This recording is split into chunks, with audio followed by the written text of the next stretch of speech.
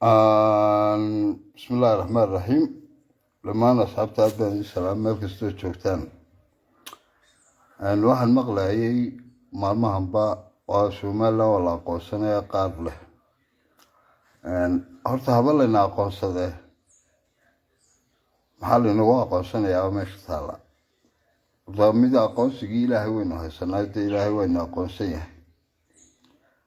لكن بلاد كان إنه قوسنا إلى شيء يا horta maxay nagu aqoonsanayaan Somaliland markaad u fiirsato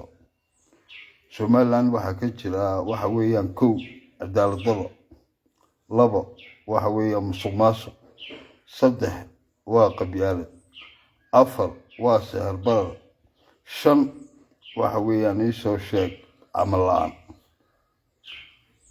markaas horta la nagu aqoonsanayaa horta isweydiiyo maxay tahay yaa qaar baa kule Mareykankii baa maxay wuxuu leeyahay in dadkii reer Falastiin ee qasha hadii la soo qaado Somaliland la keeno war horta maxay dadka u haynaa aqoonsigu sema mid yaa la inagu jabsadaa horta madowto waxaan maqlayay iyadoo Ethiopia ay leedahay badiina qayb ka mid ah ayadna siinaysan 2 kiiloomitir anaguna aqoonsi baan niiraadnina marka Somaliland waxaan leeyahay aswaalina walaalo eeg ummadana runta loo sheego dadkeen waa dad iska yar ma sha Allah san laakiin runtu waxay tahay horta aqoonsi ma jirayo waayo bulshada marka la aqoonsanayo wax ugu muhiimsan sababahaas afar shuruudood baa ugu muhiimsan afartii shuruudoodna Somaliland kuma jirto